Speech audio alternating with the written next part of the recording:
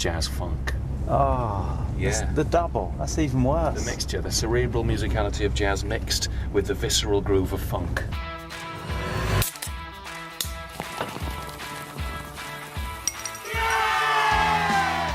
Hey guys, and welcome to another episode of South African Craft Beer Tasting.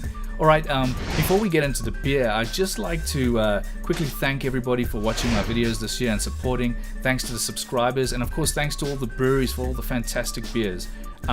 If you haven't already subscribed, please just hit that subscribe button and also turn on notifications so that you know when I release a new video. This year has been just amazing. I've tasted some great beers, I've tasted some not so good beers. Not only that, but I've also had just so much fun with all the limited release beers, the special editions, the new beers coming out, and even all the old classics. It's just been amazing, and thanks guys. But right, let's just get into the beer, which is what you're here for.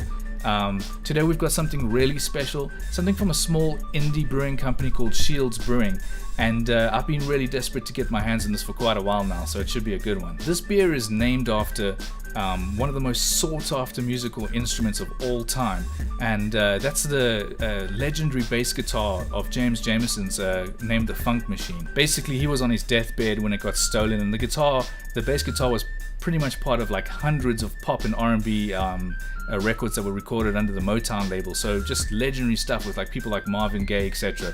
I'm actually going to play a clip right now where you'll actually see the Funk Machine in action, with James Jameson and none other than Marvin Gaye. So you can see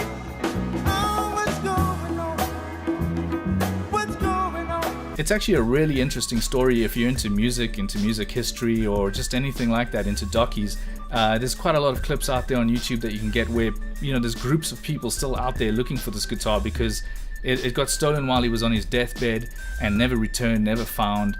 And because of its history pretty much being a musical instrument that was recorded on more songs than pretty much any other musical instrument, it obviously has this big mysticism around it. But let's just get into the beer, and we'll see if it lives up to the legendary name. The Funk Machine is a India Pale Ale, an IPA.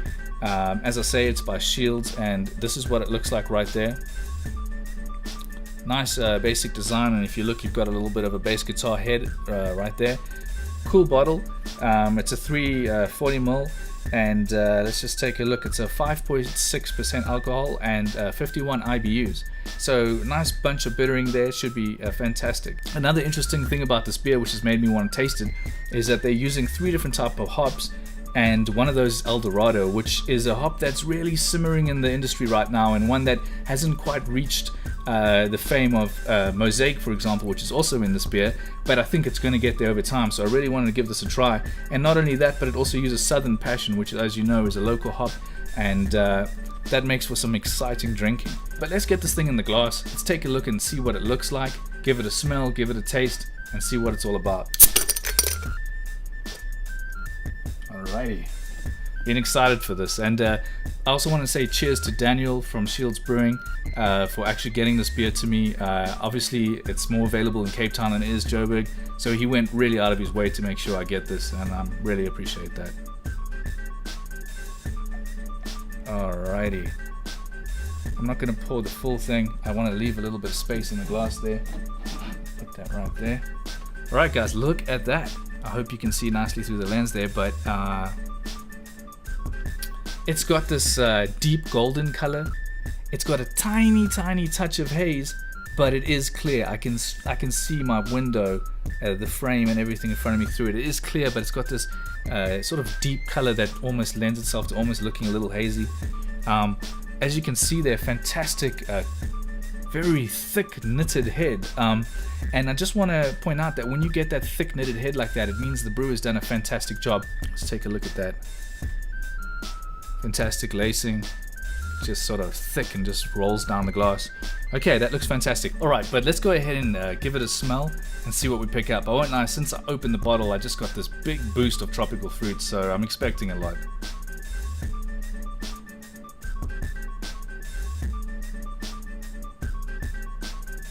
Delicious. Straight off the top there, I'm getting your pineapples and your guavas and things like that. Really delicious smell. Lots of pineapple, lots of guava, generally tropical fruits. very on the juicy side rather than on the sort of dank, what do you call it, sort of piney and resiny. Not that, more on the sort of heavy juicy, which is really the sort of trend right now, and it's really what I prefer. Alright, so it's a fantastic smelling beer. It's got everything I was really expecting and looking for with those lovely hops. But now for the exciting part. Let's get into the flavor and see what we pick up. Getting excited for this.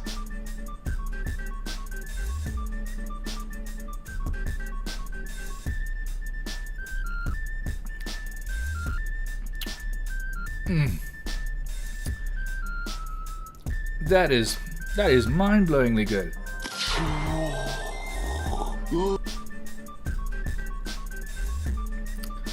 I'm not just saying this, but this is quite possibly up there with probably the top 3 beers I've tasted this year, and I'm not just saying that. It's amazing. It's really good. Okay, this beer really ticks every box, and I'll explain why. It's the malt characteristics are there, they're present, but they're not brutal. The sort of edges, the way he's used these sort of like crystal malts with his base malts and things like that, you're not picking up anything too strong. You're just getting this smooth, relaxing, gentle flavor. It's obviously extremely pleasant. If I had to guess, he's definitely using a bit of crystal in there, and that is giving it this not even sweet, and that's what I like about it. It's not sweet, it's just there. Very clean sort of yeast profile, really nice. And in terms of carbonation, I really like that. It's gentle, but it's still there, and it's just giving me this oh so refreshing experience, mouthfeel. Slightly velvety there, and yeah. So all around, fantastic beer. As I say, I'm so impressed. I could easily put this in about the top 3 category of everything I've tasted this year, which it really is a lot of great beers. All I can say is really, I suggest you go out, run out and get this beer. Guys, in terms of ratings, I think you can already tell that I love this beer. I don't know what they're charging retail, but I imagine it's the same as everybody else, which is like 20 to 30, around about there. This thing is so smooth. I've brewed for a long time, and I don't even know how he managed to get this beer so perfectly balanced. It's balanced, smooth, the texture, the mouth, everything's just 100%. Top marks for these guys, 5 out of 5. The results are in, amigo. What's left to ponder? I don't hand that out too often, but I'm not scared to do it. If I really love a beer, I'll go ahead and throw that 5 at that 5 down, and this one fully deserves it. So yeah, thanks for the fantastic year, guys. Really appreciate everything, and please hit subscribe if you haven't already. And there's a bunch of exciting videos I've got planned between now and probably mid-January. Something very different. You'll see when it comes out. It's going to be different. But as usual with this thing, have a great week. In fact, have a great festive season, and only drink good beer. Cheers.